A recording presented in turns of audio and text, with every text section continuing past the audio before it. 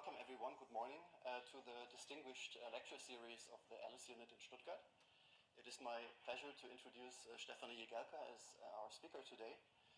Stefanie is a Humboldt professor at the TU Munich, and also I think still an associate professor at MIT, where she was an assistant and associate professor before. She did her postdoc at Berkeley, and actually was a PhD student quite close to here between Tübingen and ETH Zurich. Her research has been recognized by lots of awards. For instance, the NSF Career Award, Google Faculty Research Award, a German Pattern Recognition Award, and also a Best Paper Award at ICML. And she also served the community by, for instance, being an action editor of GMLR, so one of the major machine learning journals, and also a program chair of ICML in 2022. So please join me in welcoming Stefanie. Thank you for the invitation and for having me have the pleasure to come here. And I heard you had an amazing boot camp last week, so thanks for coming again for another lecture. Okay, so yeah, today I want to talk about, well, I called this talk, does computational structure tell us something about deep learning? So it's basically a few perspectives on how maybe looking at the way like the computation flows in a neural network, how that can tell you something about the network, about what it can do, how you can train it, and so on. So I structured this into three different topics, and there's sort of three different views on this thing. You may think, okay, why like I look at this neural network structure, it's like pretty confusing, like does it have anything to tell me at all? So of course not every neural network looks like that, and I'll hopefully make an argument that sometimes it can. So the first one is about thinking of this neural network more as an algorithm. I mean, it's a computational procedure, so maybe it's really like an algorithm is a computational procedure, so maybe it's just like that, and it's a learnable computational procedure in some sense. And second, we look at, okay, the different perspective is like the architecture, the way like computation flows, and certain like the information flows maybe induces some biases, and trying to look at the certain biases that transformers have when they look at long context and looking at it from the architecture perspective.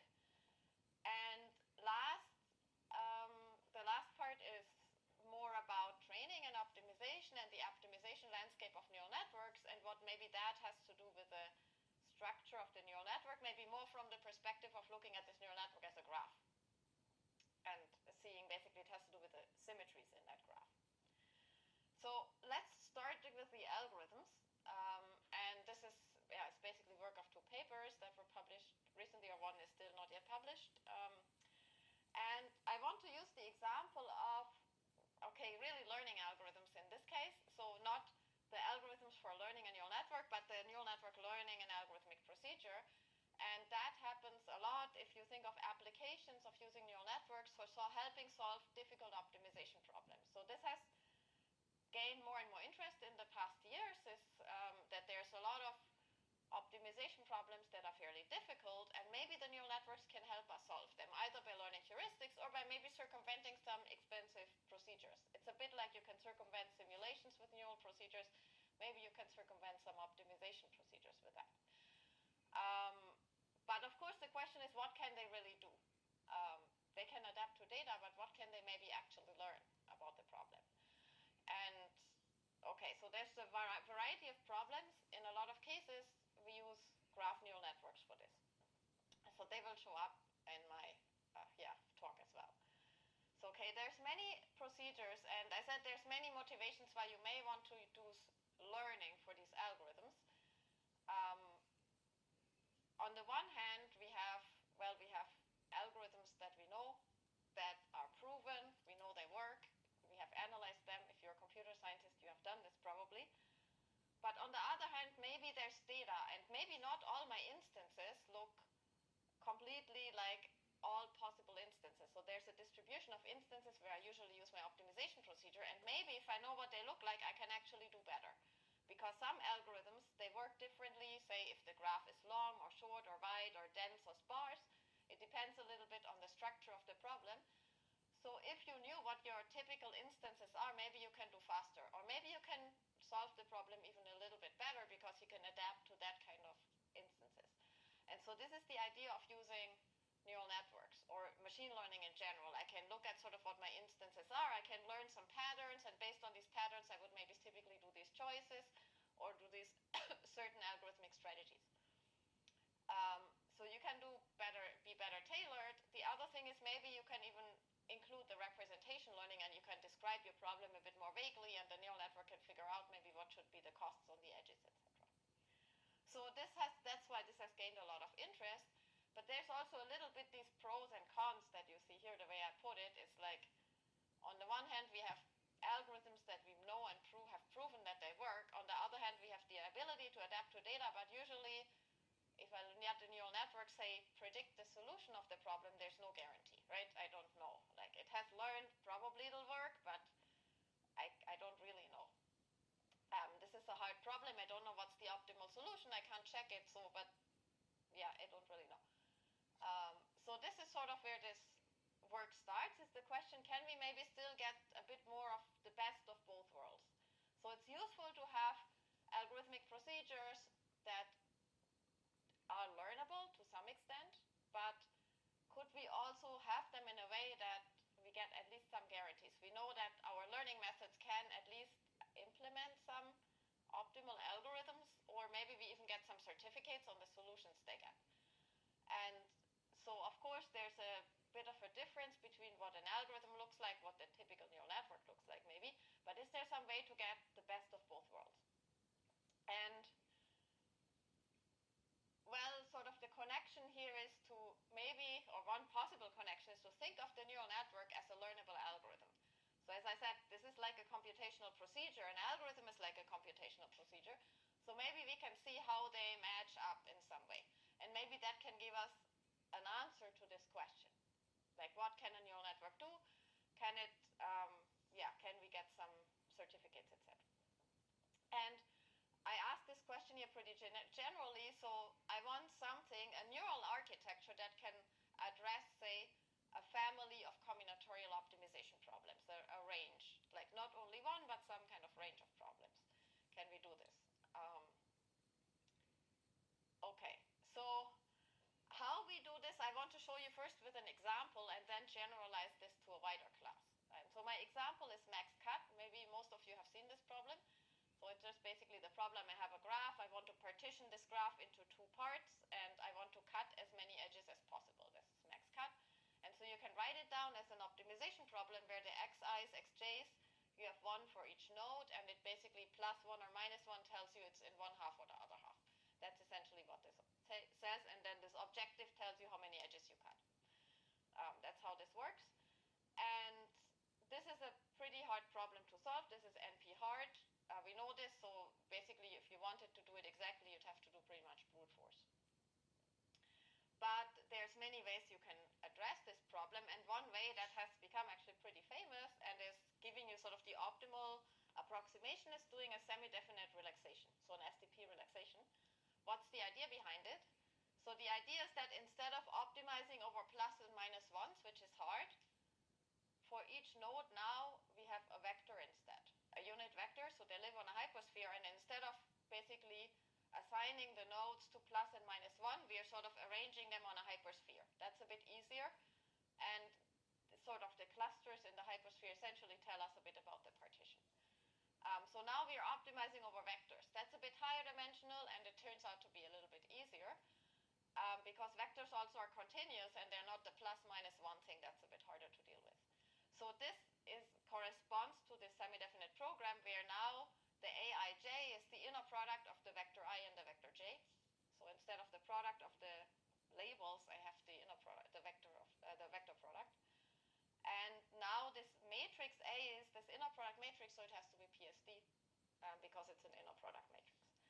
But really, this is the same as doing this thing with the vectors. And now what Gurmans and Williamson showed in a famous paper is that you can solve this SDP. It's a convex optimization problem. You can solve it exactly. And then there's a specific rounding procedure you can do, and you'll get a really good approximation. Okay, so this is about approximation algorithms. It's a good approximation algorithm, meaning it gets a pretty good solution that comes close to the optimum. But what does it have to do with neural networks? This is a convex optimization problem. So is there any relation to, like, say,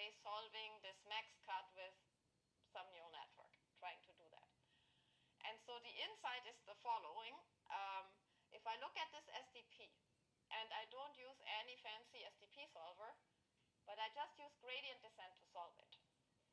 So gradient descent is pretty easy, and you can look at the updates, and that'll actually tell you that this is possible to solve with a neural network. So here's what it looks like. These are the updates. So I'm updating my vectors now, and you see basically what you have to do is, like this is the vector for the ith node, you do basically some averaging over the neighboring nodes, and you update that, and then you normalize it, because you have to be on a unit sphere. So it's actually pretty simple. And now what is this? This algorithm has a very specific structure. Okay, it's gradient descent, but you go in iterations, you update, but in each update you look at just the neighbors of that node, and you make the update just by averaging over the neighbors, or doing the sum over the neighbors. So this is a message passing algorithm, more generally. So anything essentially that can do a message pass, sort of like generally do a message passing algorithm, could actually implement this algorithm, including a neural network. So this very much resembles a specific neural network architecture if I would sort of set if I would learn the correct weights, essentially. And this is the message passing graph neural networks. So what do graph neural networks do? They learn embeddings of nodes. So we again learn a vector for each node.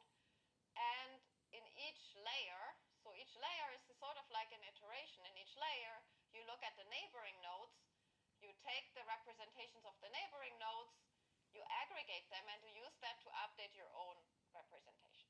So there's an aggregate function and update function, and these are the functions you're learning in there. So typically some kinds of MLPs.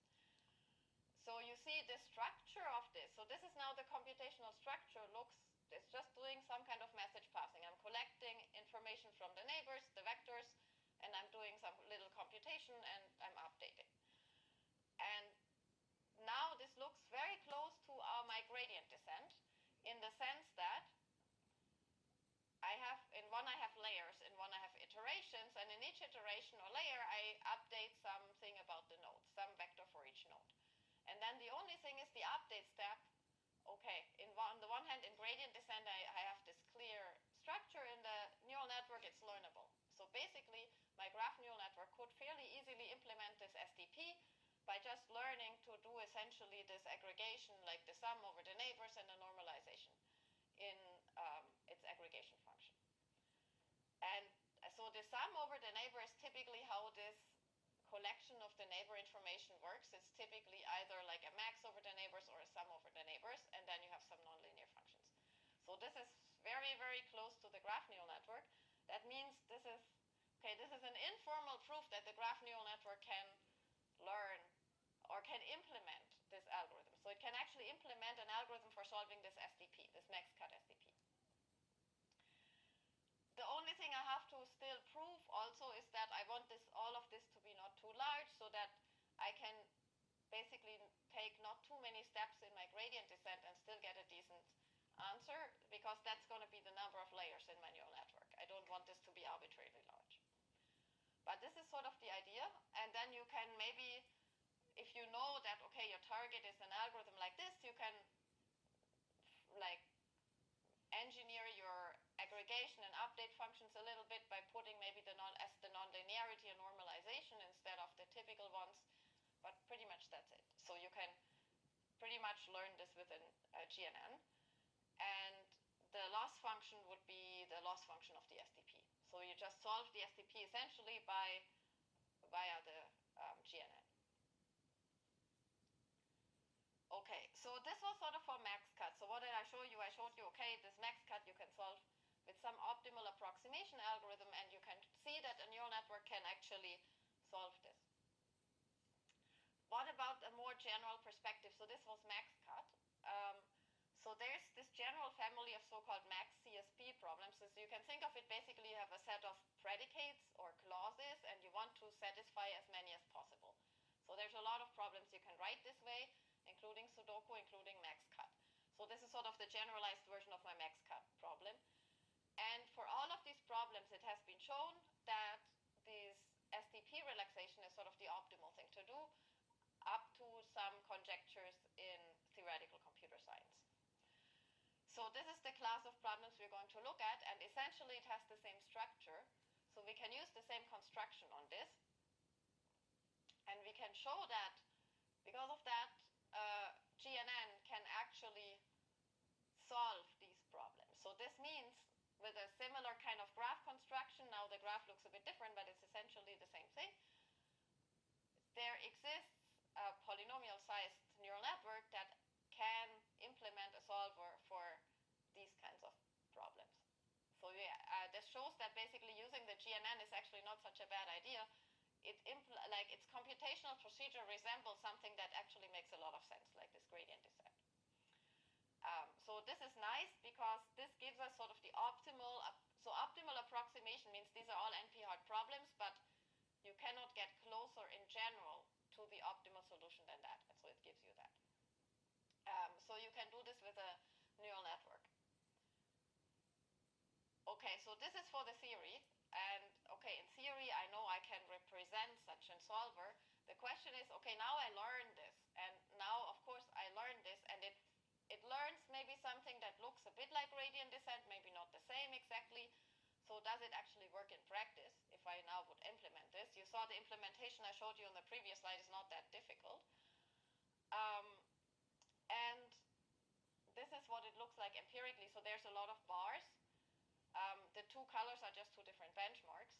And so the first one is the GNN solving the problem. The next three are Gurobi. Gurobi is a solver. This is like the professional solver that is basically the state of the art. And the other ones are some other neural methods. What the x-axis is how good are you? So this is the approximation factor. You want to be close to 1. If you're larger, then your solution is worse than the optimal solution.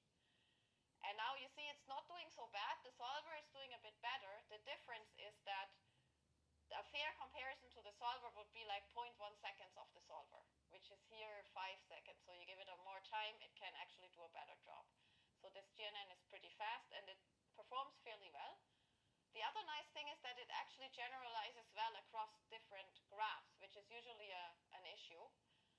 But because the architecture is pretty close to something that makes sense, it actually is pretty robust also in what it implements in its performance. So it does seem to work in practice still, though I said, okay, you can in principle learn like this optimal approximation algorithm. You learn some variation of this gradient descent in the end that's adapted to your data. But okay, it doesn't still give me a full guarantee, right? I mean, in principle it can. In principle it can decide to learn something else. So it's not really a guarantee. So the other thing you can do is because you know, okay, you can relate your neural network's procedure now to the convex optimization algorithm.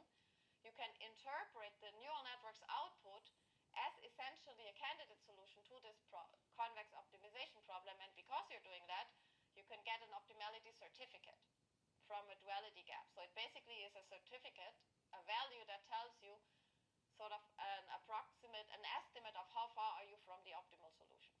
This is what people in optimization do all the time. And because you have that relation to the convex program, that's what you can do.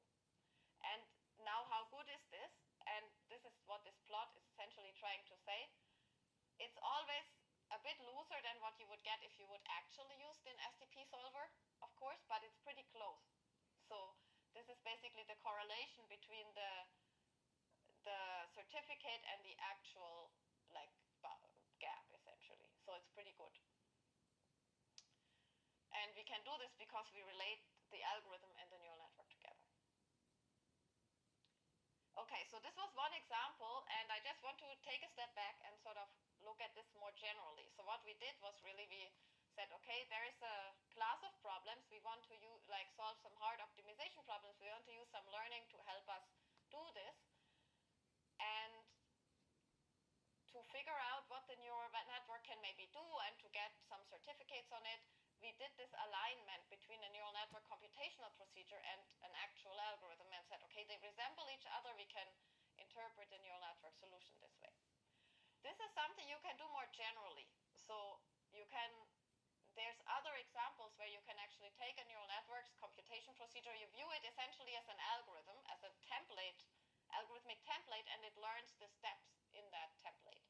That's how you can view it. So you can show what it can represent. And one idea behind this is that if it's fairly easy to represent an algorithm, it may be also fairly easy to learn it. Like here, it's already a message passing algorithm. What I really only have to learn is the update step. I don't have to learn anything about the sparsity of that I'm only looking at my neighbors, etc. It's already there. So that helps a lot, and that also makes it more stable out of distribution. So there's some other papers that prove that. And in addition, it helps us interpret the outputs. But now I can actually take this even further, and here I looked at, this is sort of what I'm doing in each layer in the architecture, and that looks like an algorithm. I can also look at this a bit more generally, and that's the next example I want to show you, that it can even be useful for fine-tuning, where you just look at the neural network as a black box. So what's the example I want to show you is chain of thought. So this is now reasoning, so we go from solving optimization problems to doing reasoning. And as you probably know, if you have an LLM, we ask it some complicated question and it starts thinking, and what it often does is like this chain of thought. So it's basically, it's generating the solution step by step, so it's sort of outputting a part of the solution or a step, and then you apply essentially the model again and again. So it does these different steps. It doesn't just output the solution. So this is the chain of thought. And I mean, one question we were initially interested in is there an optimal chain length? In the meanwhile, there's a ton of papers on this. This was a bit earlier. But you kind of observe, in most of them you observe dissimilar trends. So there is an optimal chain for each problem and model. There is some kind of optimal length of the chain. So it's not that the more you think, it always gets better. Eventually you overthink or you kind of go in circles and it doesn't always work better. So what does it depend on? Like, how many steps should you go in this reasoning chain? One thing is, how difficult is the question I asked you? That's kind of obvious.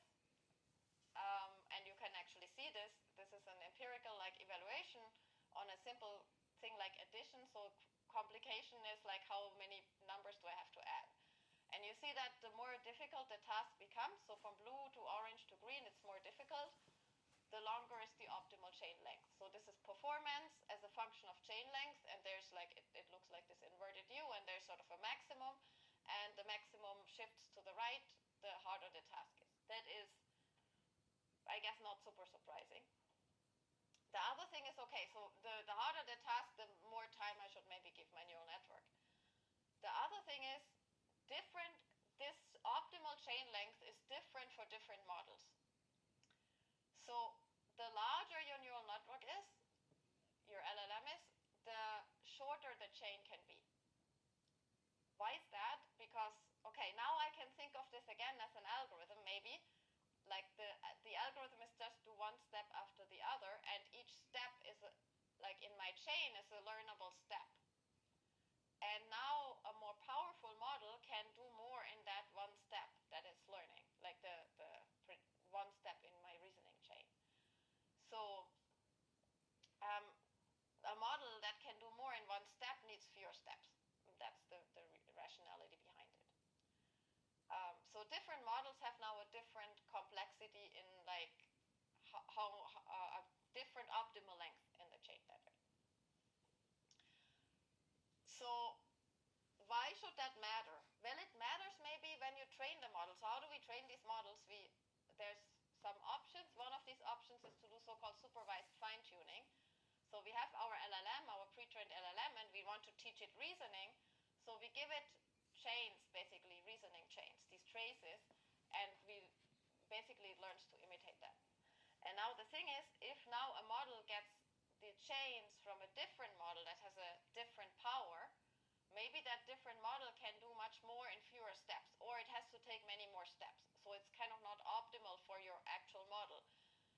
And what this plot shows is that this actually matters when you train a model. So if you had a small model and you train it with the optimal length, it gets actually much better than a larger model that you train with a mixed chains of different lengths, essentially. So it sort of, the model learns most easily if the training procedure is aligned with what the model can do. So it's a bit similar to this algorithmic alignment where I said the template structure is already there. Here it's basically the difficulty level of each step is already there, and then it's easier for the model to implement each step. It doesn't have to do much. It doesn't have to bend so much to do this. Now, of course, the trouble is we don't always know the optimal length. Like, I have my model and I have some task. What would be the optimal length? I don't know. So I have to do this somehow adaptively in practice. This is an ideal case. I kind of know this. So there's various ways you can address this. You can kind of try to guess it by looking at the traces of the model and how much entropy there is. Or we could use reinforcement learning. So when people use reinforcement learning, you can observe that sometimes the length of the chain changes if you let the model decide like what chain length, how long it thinks. So reinforcement learning, you only get feedback at the very end. And so reinforcement learning in some sense maybe lets the model figure out what's the optimal length. So this is a more real world example, and this is a hypothesis here. But what you can see, this is a more toy example in a controlled setting, is that this may actually be the case. So what does this show? So on the x-axis we have the different chain lengths, and you see the accuracies here. So actually 5 is the optimal length here because this is a very simple task. And then the y-axis is how often did the model choose that length. And the pre-trained base model is the orange line, so it actually does a pretty long chain length. And then if you do reinforcement learning, it goes from light blue to dark blue.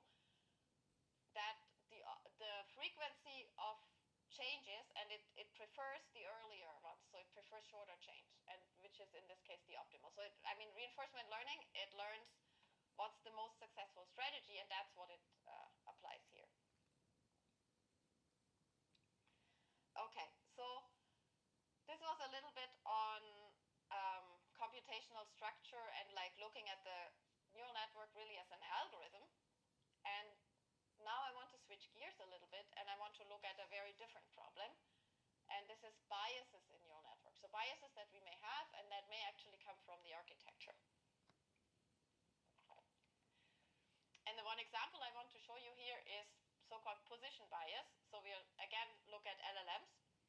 And we like to use them sometimes on really long contexts. And there's some things people have observed. So one thing is that this is an example from information retrieval. So you give the neural network a lot of documents, you ask it a question, and the answer is in one of these documents. And then you see how well does the neural network do in finding the answer.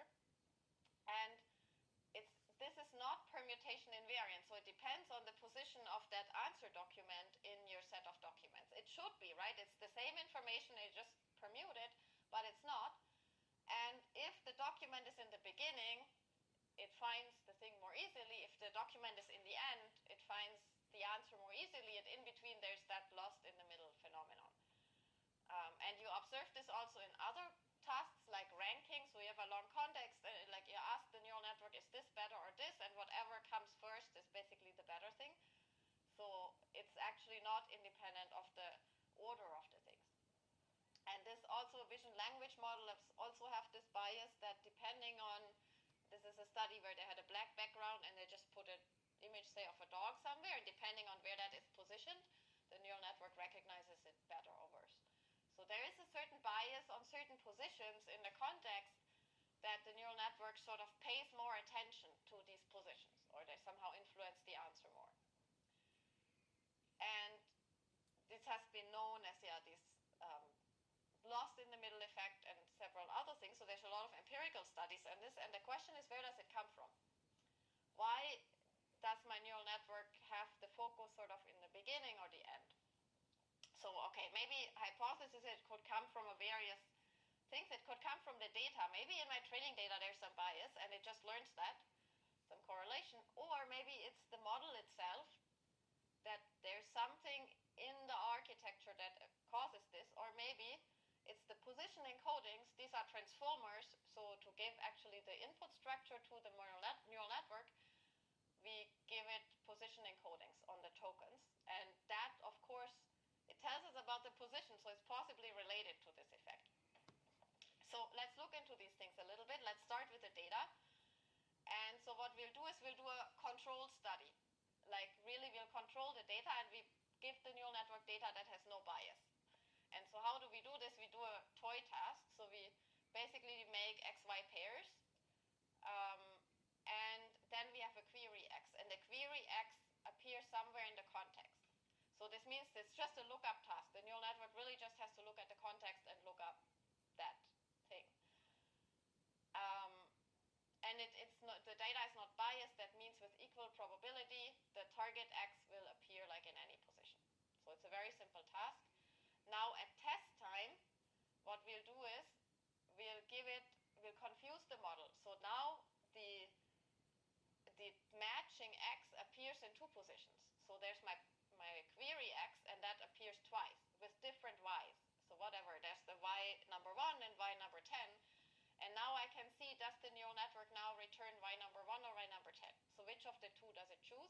That tells me a little bit about what position does it prefer. So this is the simple setup. And now let's see what happens. So I have a few plots here. This is also like different positional encodings. We'll come to this. Okay, we see that the first one is no position encoding. The second and the third are with position encoding, and we see there seems to be some difference. So let me explain to you what these plots mean. So what you see here is the accuracy gap. So there are bars, and if the bar goes up, we prefer the earlier position. If the bar goes down, we prefer the later position. It's really just the frequency of like the first versus the second, the later one. And then we have first versus middle, and first versus last, and middle versus last was the last one, I think. And then the different colors are different depths. So we see that basically even if there's no bias in the data, there seems to be some bias in what the model does. Somehow it likes to look at the front, and that is more pronounced the deeper the model is, because the different bars, so blue is the depth 10, red is depth 2, so it increases. And then there are some cases where it actually does like to also look at the back, and this happens when we have these position encodings, sometimes. And it's also affected by depth. So the shallower models are more sort of looking to the back, and then the deeper I go, they look to the front. That seems to be the observation here. But importantly, it's not only the data. If there's a bias in the data, the model will surely pick it up. But if there's no bias in the data, the model may still be biased. And this is the question, okay, where does it come from?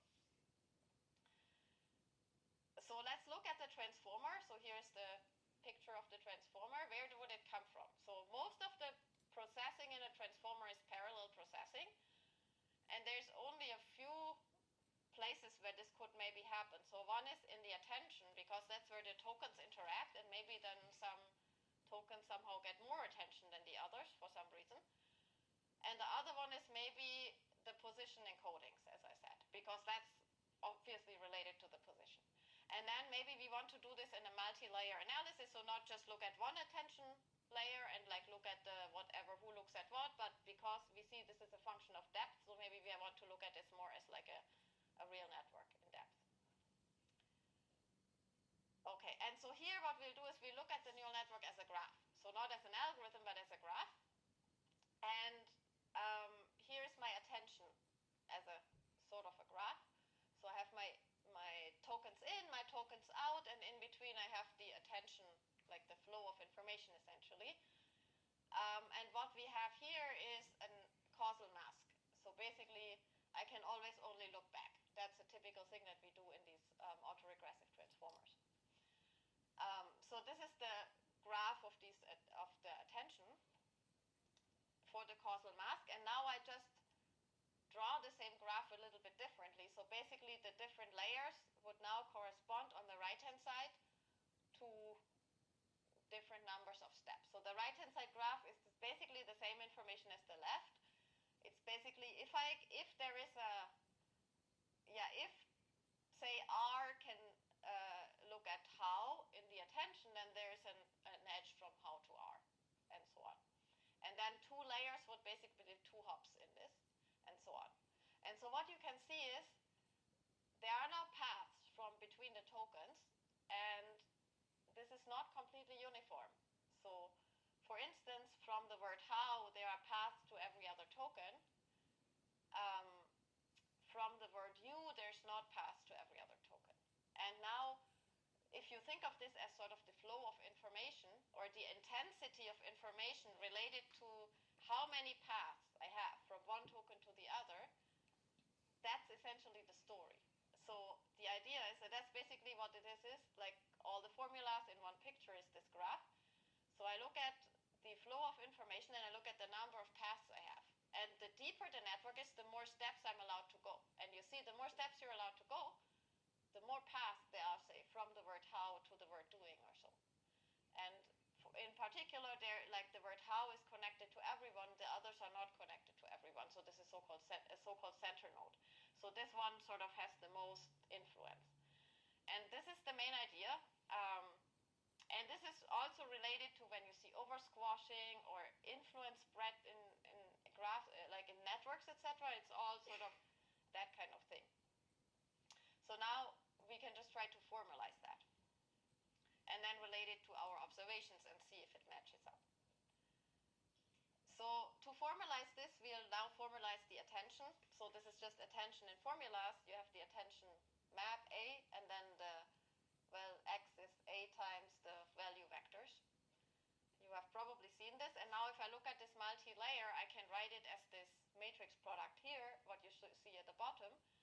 And there's two parts. One part is just the linear transformation of your x, your token, and the other part is the attention pattern.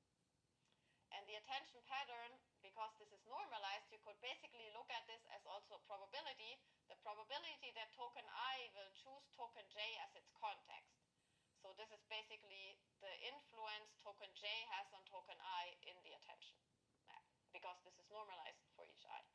So this is like the context selector. And this depends on this product of the A's. And you can look at these A's and now as the adjacency matrix in some graph. So this is essentially the paths.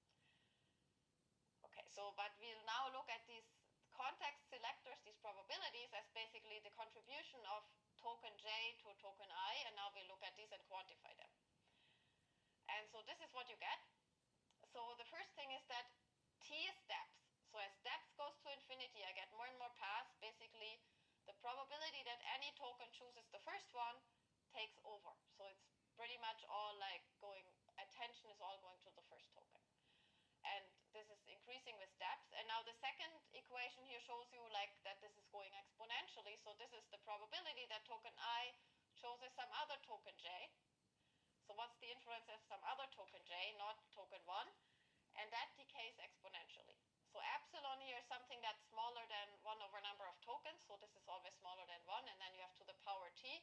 T is steps. So deeper you go, the quicker like this decays. And this explains now why, like this plot that we had without position encoding, why everyone is looking to the front. And the deeper you go, the more focus you have on the beginning of the sequence.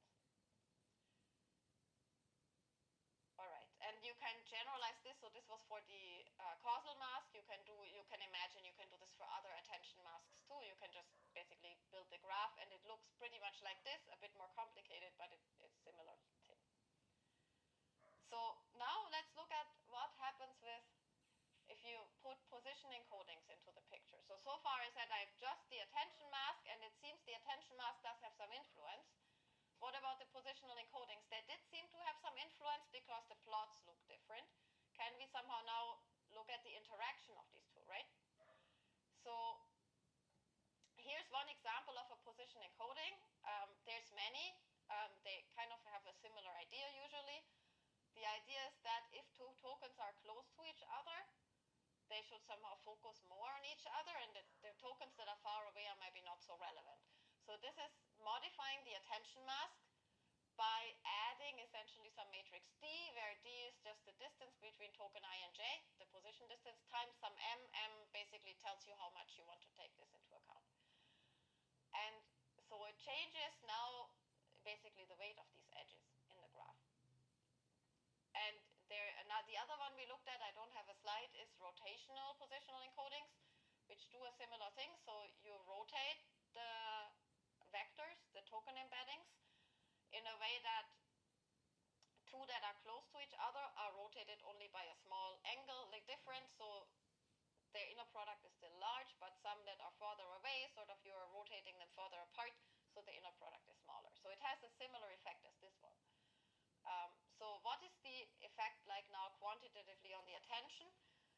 it's basically you can sandwich this with some exponential bounds, where this is an exponential function of the distance between the token. So it's everything that's far apart, I'm pushing it down.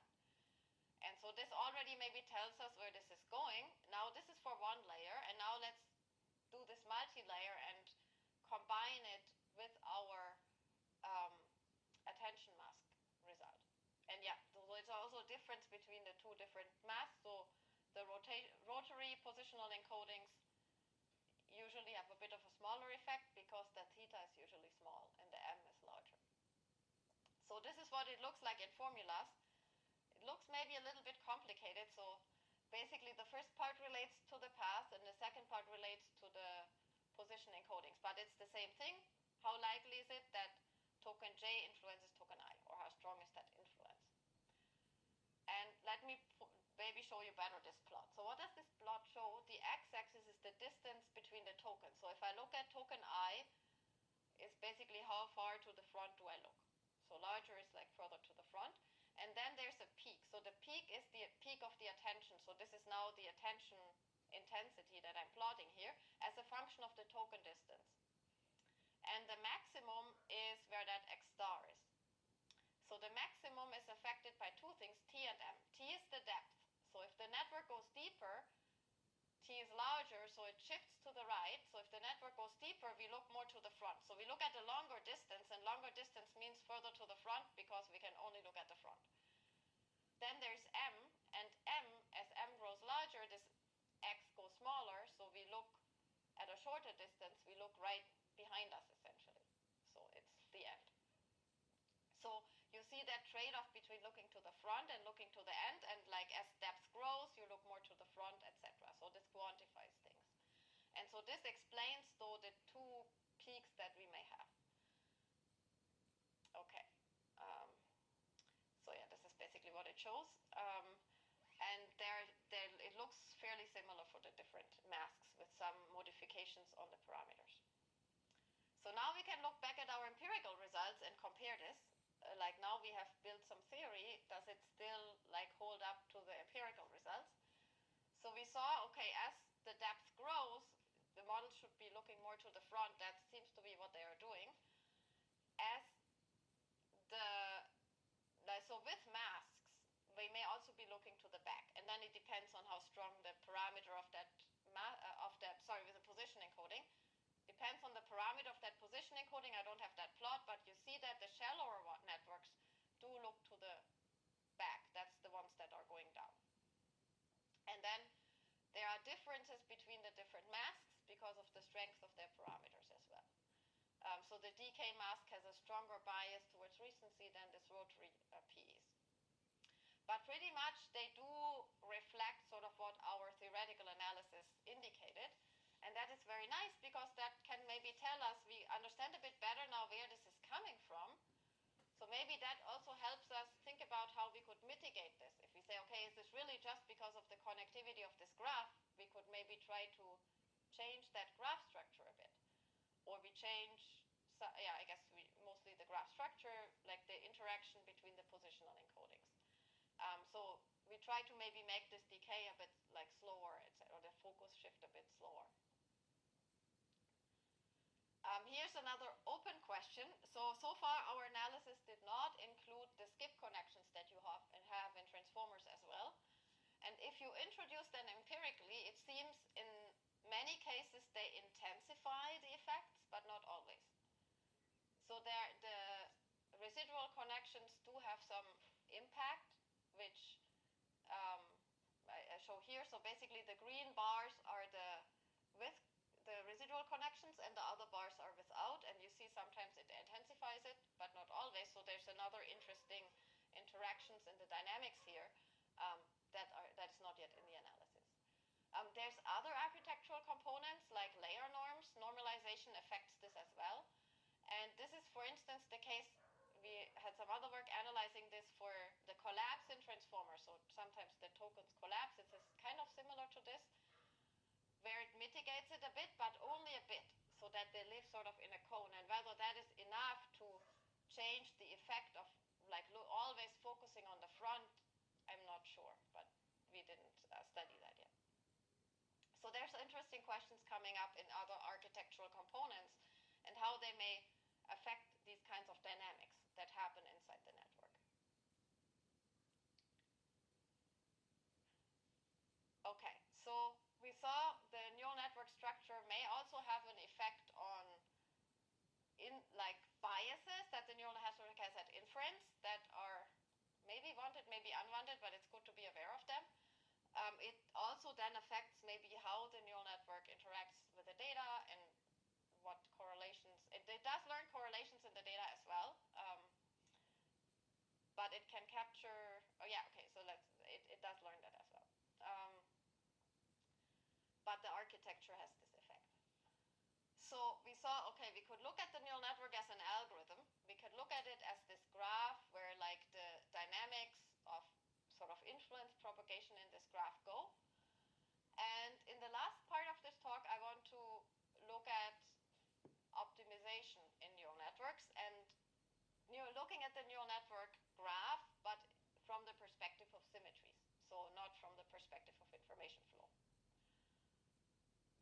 So this affects also neural parameter symmetry. So let me quickly explain what they are.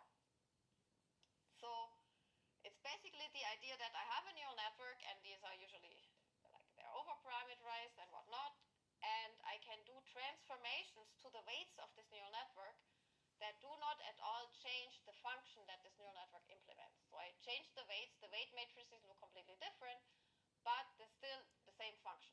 It doesn't change anything between the input-output, about the input-output mapping of this thing.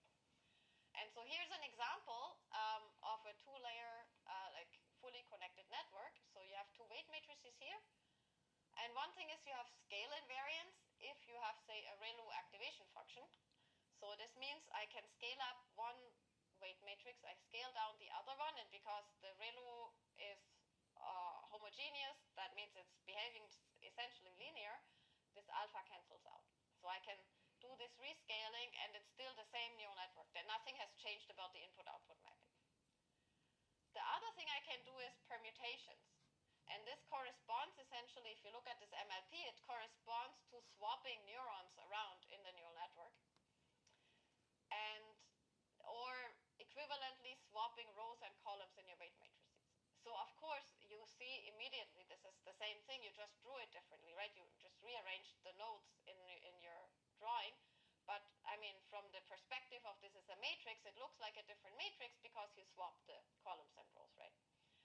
So it's different. So there's scale and permutation, for instance, in the fully connected networks. So how do they matter? And they affect a few different things. One thing that is known is they affect the optimization landscape. So there's this phenomenon called linear mode connectivity, and it's the following observation. I take two initializations, I train these two neural networks, they end up somewhere in my parameter landscape, and they'll end up in some whatever, stationary point, some local basin, something like that. So maybe here and here, here and here. And then what I could do is I can just average the parameters, the weights of these neural networks. It gives me another set of weights, and usually that's not a very good solution. Like from the perspective of the loss function, it's not going to be a good neural network. But what you can do is, and so there, yeah, okay, so the explanation is in this picture, like you're basically in two different basins and you're in the middle, in the rim between them. So what you can do, however, is you can try to match them back up. You can try to align them, and then it works. So what you do is you somehow try to find a correspondence between the units in this one and in this one, and then you do a permutation. So we do again the permutation, and then with the right permutation, I can actually do an average of these two, and it works. And this means this permutation took me probably into this other basin. So this is the idea. The only thing is these parameter alignments are not that easy to do. It's the question of what should be the right criterion to align them, etc. It's not that simple to do, so there's a lot of works that have thought about how to do this. The question we were thinking about is, okay, so this is one phenomenon, there is a few others. What if you had a neural network that did not have these parameter symmetries? How would that behave? Would that just look like a convex optimization? problem. Because presumably maybe like every permutation, like you have one minimum, let's say, in your loss function, then you do a permutation of your neurons that gives you, every permutation gives you another minimum, just looking at the permutation. So you get a lot more. So it looks very non-convex. And would this now train like nicely, or what would happen? So this was more of a curiosity question. So what if we remove those parameter symmetries in the neural networks? What will happen? Will they just all, like I train them from anywhere in like a convex optimization problem, they'll all converge sort of to the same trained model, and it'll all look the same. So let's try to do this, but the first question is, how do you even do this? So how do you remove the parameter symmetries in the neural network? And okay, there's various ways to do this. Let me show you one of them because it relates to this viewing the neural network as a graph. So if you look at the permutations, they are so-called automorphisms in that computation graph of my MLP. So automorphism means I can basically swap these two nodes and it looks like the same graph. It's isomorphic.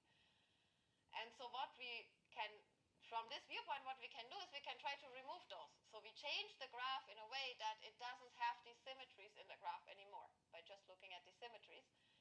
And one simple way to do this is to say, we just cut some of these edges, or we fix them. We don't make them trainable. And in that, then it's no longer like symmetric because I permuted, the connectivity is different. It's not symmetric anymore. The only thing is I have to do it in a way that I can still be sure that it has enough approximation power that I can express all the functions I want to. So I mean, I could cut all the weights, but it's not useful. So just a few of them. And then we don't fully cut them, we fix them. So we just do a random mask essentially and say these weights are fixed, and then the others are trainable as normal. And then, not so surprisingly, you remove all the permutation symmetries. If you fix them, you also remove pretty much the scale symmetries as well, because you have these weights in there that you cannot scale, and you can only scale the other ones, and so it doesn't work anymore. Okay, so we have removed the symmetries. It was a fairly simple change. Let's see what happens. So now let's train these neural networks, and we can start with a linear mode connectivity again.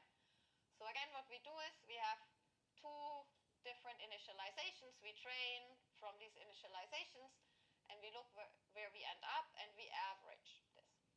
And so this was that picture here, and we average this for the loss function. And now the question is, does it look like a convex function? What would a convex function look like?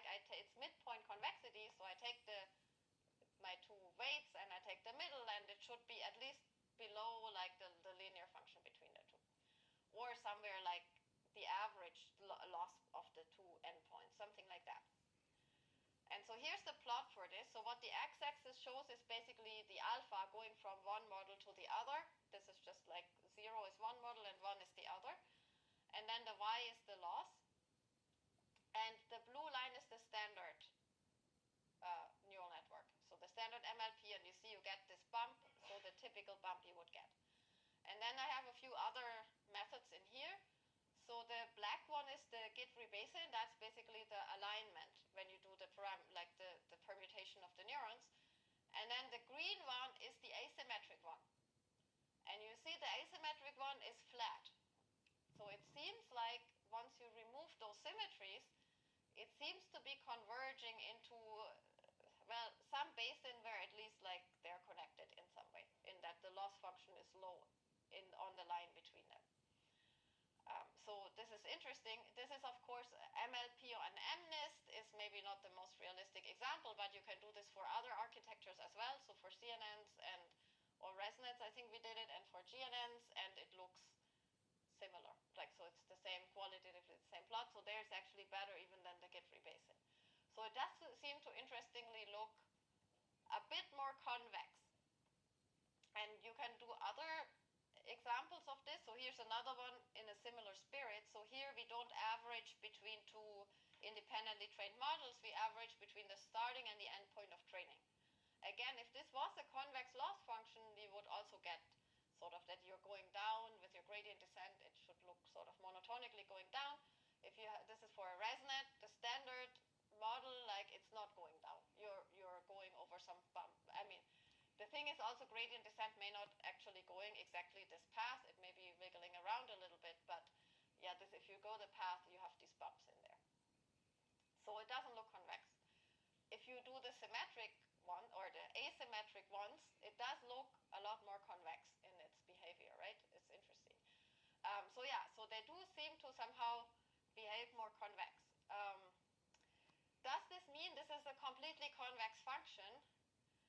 At least it's not strongly convex in the sense that if you look at actually where these weights converge, I don't have any plots here, but they're not converging to the same point. If you look at the Euclidean distance between the points where you converge, even with the asymmetric networks, they are pretty far apart, almost as far as when you train a normal neural network. So it's somehow still, they're going into some direction, but they are not converging to the same point. So there's maybe a subspace or something like that where they are all going, but they're not going to the same point. This is still something to understand, like what exactly is happening here. But they are much more easy to merge. So like model merging is now much more easy if you do this. Would you necessarily use now this as your like standard neural network? They are a bit harder to train. So I wouldn't necessarily say this is the better option in general. It's just more of a like something to see what happened. And we saw this happen. So there's other things like we had to make the fixed weights actually fairly large for this to happen. So that's why also the training was maybe not as easy to do. So they did train, they did get good loss, but it took longer. So it's not necessarily like the default choice. But it opens some interesting questions. You see they behave, so I showed you two examples. We also tried a few other things. We looked at Bayesian neural networks, because maybe variational approximation, when you have just sort of a single bump distribution, like a unimodal distribution, approximating this, it's better if you have only a unimodal model, and so the symmetries cause additional modes, so this may actually help a bit.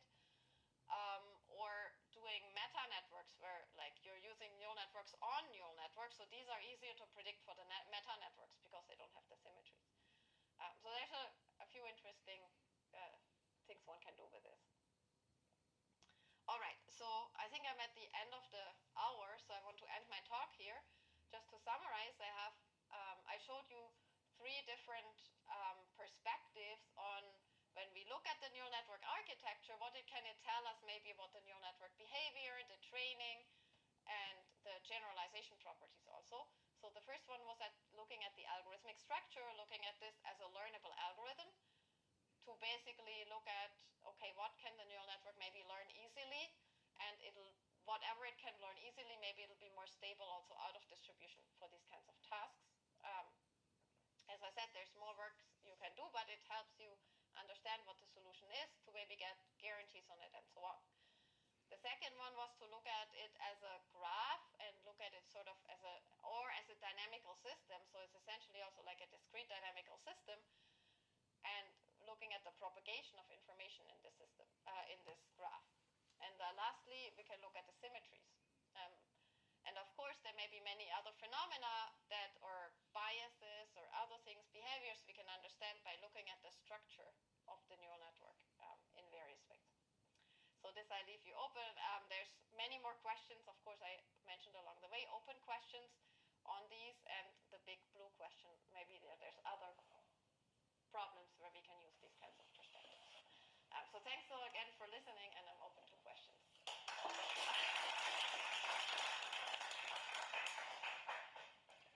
Yeah, thank you very much. Are there any questions?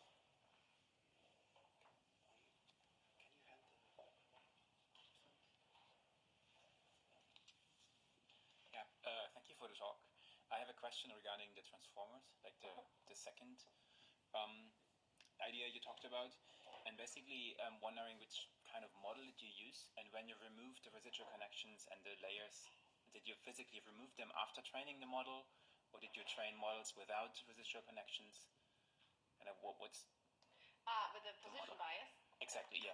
So we basically had models with, so I don't remember what exactly was like the size of the architecture for these. They are pretty small, like toy experiments, right? So it was a small one.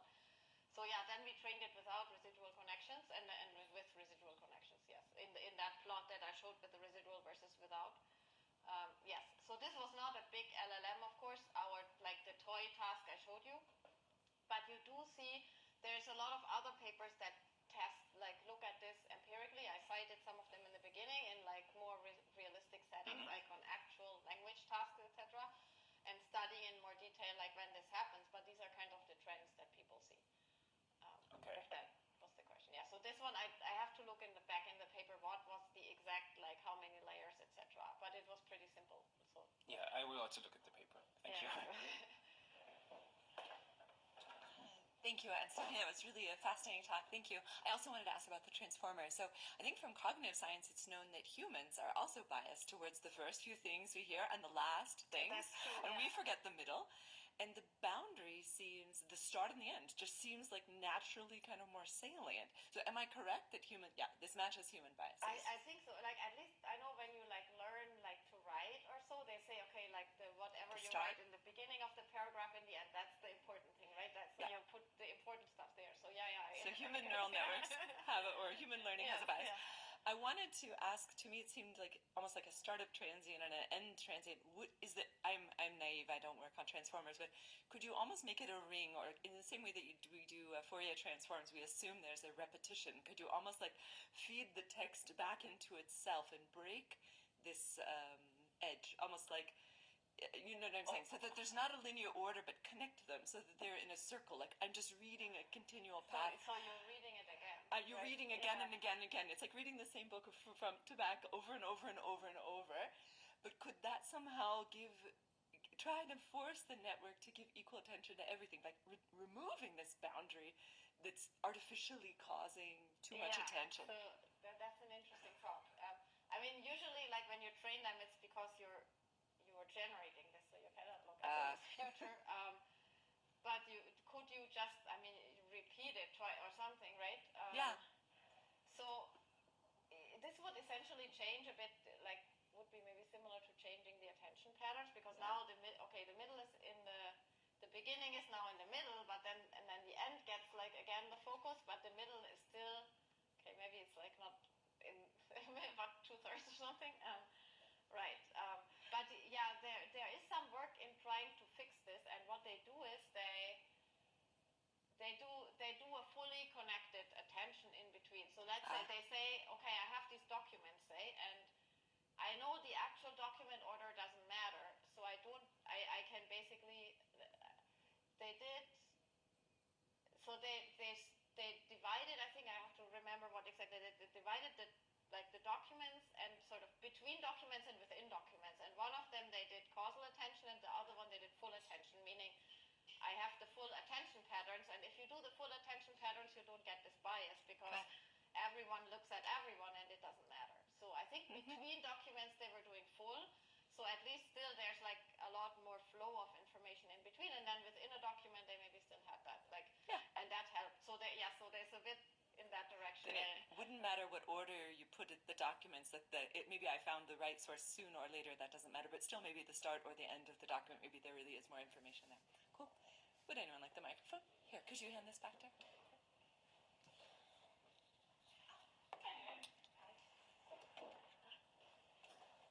So yes, thank you very much for your talk, and I'm excited to talk to you later on. So I'm Miriam. Hello.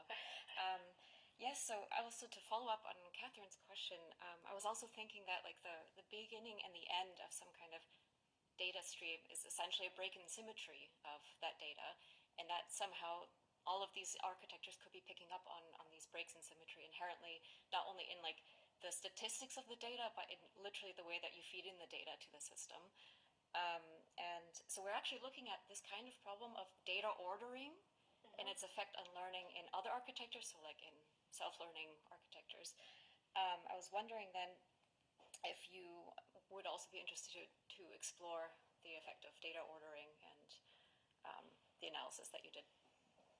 Yeah, I think that would be interesting. Like data ordering is interesting too. So here I said, okay, we had unbiased data. There's one experiment that I didn't show that we did with biased data. And so maybe I can briefly talk about that. So the idea was there was some other paper that said, oh, because causal attention, it doesn't treat each position the same. It essentially has an implicit position encoding in there. So if you remove the position encoding, causal attention can still pick up on the different positions. And if there was a bias in your data, it can learn it. So we tried this and we said, okay, let's actually do biases in the data. So with the same toys thing, you can obviously easily introduce biases. And we removed the position encoding and we just used attention. And then basically sometimes the answer was always in the end, sometimes in the middle, and sometimes in the beginning. And I mean, yeah, so the thing is with the only causal attention, you could pick up easily biases in the beginning and a bit in the middle, but not in the end, because it's always, so it's basically had to be consistent with what the model can do, basically with the biases of the model. So whatever was consistent with the biases, it could basically pick it up, but it couldn't do arbitrary, couldn't look at arbitrary, like capture arbitrary correlations, basically. This was this was basically on how much that influences what biases in the data the model can capture. In addition, yeah, I think if there's biases in the data, the model will learn them. I think there's other interesting questions, maybe like in general about data order. How do you show the data to the model, and that gives context and so on, so it changes the embeddings, and so there's more maybe of a semantic thing also happening with this, like the way it looks at the data that maybe pushes it in certain directions. I think there's a lot more like probably to say about that, and a lot more interesting things. Maybe the topics, like in which order you show them, it pushes it in certain directions. Yeah, we didn't explore this, but I think that could also be an interesting addition to that. Thank you. That's an interesting perspective. So thank you.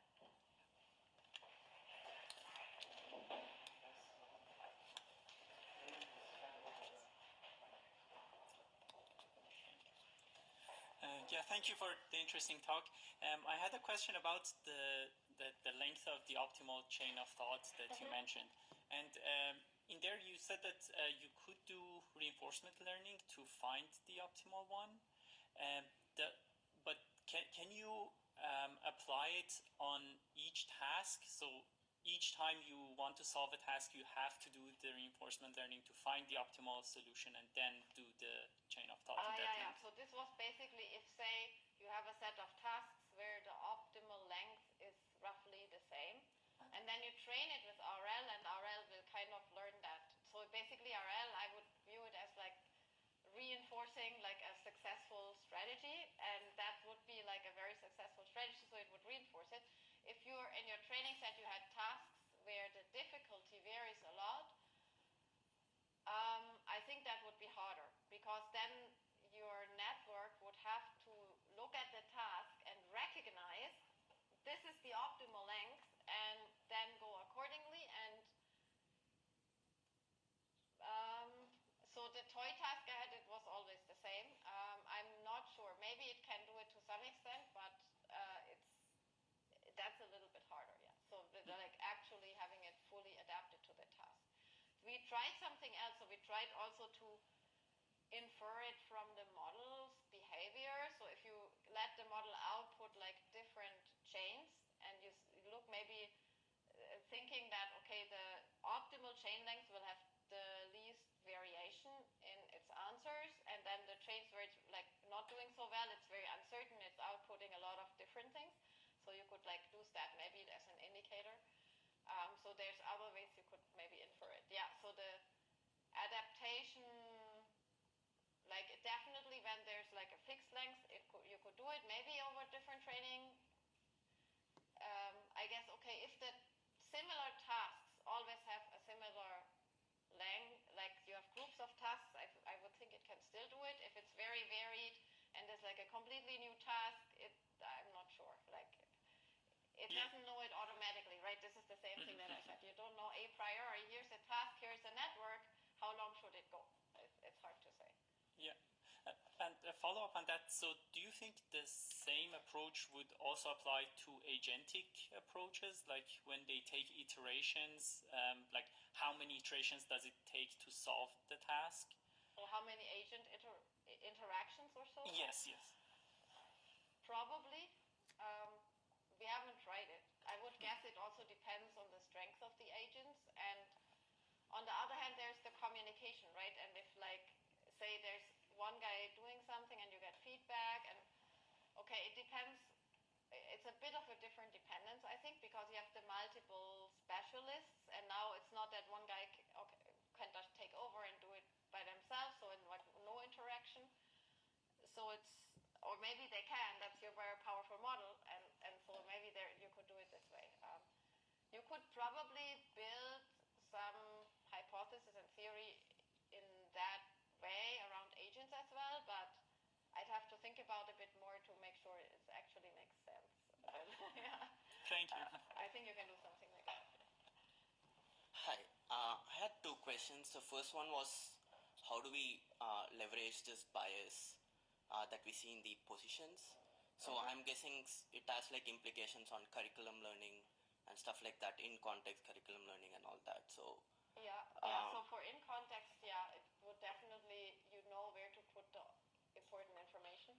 Right. So you could, if you know that's what the model does, you could probably like arrange your ICL examples or so in a way that matters. Yes. Right. And for the length of the chain of thought thing, so did you test with like the thinking models that recently have come out? Because they do self-verification and stuff like that, which could affect how you count the length of steps. But still, if you look at the broader scale, they only think for 10 steps, even if they use the rest 10 for just verifying their answers. So I think we use Quen models for that. Maybe in the slide, I don't remember. So we didn't specifically look at the self-verification. It may affect. You could also think of self-verification as a part of your chain, right? It's like a model, like looking back and doing backtracking, etc. So we didn't specifically take it into account here, other than a more difficult task maybe needs more like verification and thinking and so on, correction. But we don't have this as a specific step in this particular analysis, as in like you could bring this in as well, maybe that there's different steps you could take or roles, and maybe you should do this in a more differentiated way. For example, what we observed was if you just ask it to add like 100 numbers, it does it 3 times in 3 different ways. One is adding everything separately, one is grouping stuff together, one is grouping positive numbers, negative numbers together, and then match across all these. So this would count as 3x the actual number of steps that's actually going on. Yeah, so it is basically doing it 3 times and decides what's the best one, right? Yeah. So this, I guess, you could say the more difficult your task is, the more you would want to do this parallel or whatever, like different solutions to the same thing. So it is in, I guess, accordance with the thing that a more difficult task, maybe you want to try it in different ways and see that the answers match. Or more simple tasks are easier to parallelize and verify.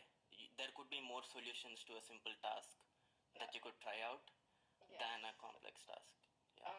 But then that would mean you would want to, the question is, do you want to try more of them, right? Then that would mean you would maybe need more steps for a simple task. Yeah. But for the complex one, each run needs like a certain amount. There's probably more in like this analysis was mostly thinking of it as doing one of these, like whatever, grouping it, and then, there's still various strategies you can do, how you group them, etc. Not so much in how often do you maybe want to repeat this, other than, if I want to repeat it, if the task is very hard, I want to repeat it multiple times. We have a different project where we're thinking more about these like parallel, like different solutions to the same thing, etc., different reasoning tasks in other ways. So it doesn't matter a lot. But in this one, it was more about thinking about the model complexity and even in, like, say, what you say, you do multiple, like, solutions to the same thing. A more complex model could do this faster because it can still do more. Like, say, it can add more than one number, like 2 numbers at a time or so, like in the simple addition thing. Like, that's the analysis. That's the way to think about it, maybe. Yeah. Thank you. Hi, Stephanie. Thanks for the talk. I had another question about the chain of thought reasoning.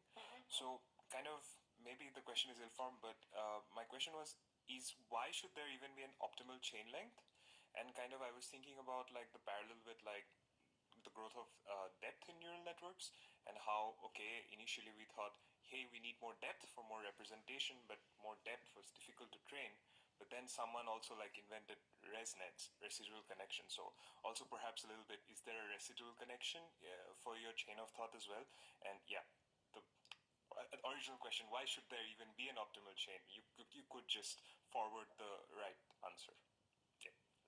Okay, why should there be an optimal, why should there not be an optimal chain? So if there wasn't an optimal chain length, that would mean I could use the same model. I can give it like, run it for different lengths, and it would basically give the correct answer for like multiple lengths. That would, I guess, be the case. The thing is that sometimes these models, like they overthink, etc. They do other things. So it is reasonable that should be like an optimal length. That is sort of like it doesn't run and then, okay, yeah, what would it do otherwise? It's let's say, okay, this is what we observe. It's a good question. Why not? The other thing is, okay, what the other question was, sorry, what was it? It was basically about like residual. Oh yeah, the ResNet. Yeah, that's a very interesting question. Could we do like a ResNet version of the chain, like where you shortcut? Maybe. I don't have a good way to do it, but it's possible that you could. Because in some sense, doing the chain of thought, it's like essentially looping the model, right? So it's like that. So maybe you could actually do more better like feed connection. Maybe that would also address this problem with the position a bit, like because you're feeding like different positions in different ways. Maybe this could be done. Someone else has brought this up as well, but I don't know yet how to do it well. So it's a good idea though. Just like maybe a small comment is to tie my question together. Why I was thinking of ResNets was, and so you mentioned overthinking with these increasing steps. You can think of it maybe as some sort of random function. So, but a ResNet kind of skips that, like gives you the option to pass on the information without destroying the information through these superfluous layers. Yeah. Anyway, but then, okay, you had like these steps that are completely irrelevant, I guess, and then you want to shortcut them. So in some sense, that would be a bit like a more optimal length, I guess, right? Because the other steps, you can just not do them. you can always put in additional, just stalling, idleness, or garbage in there, and then it's longer, but it doesn't have to be like. But maybe if you make it super short, it's just not long enough to actually get to the answer. Or like more length doesn't always like then improve the solution anymore. That's an interesting way of thinking about it. Thanks.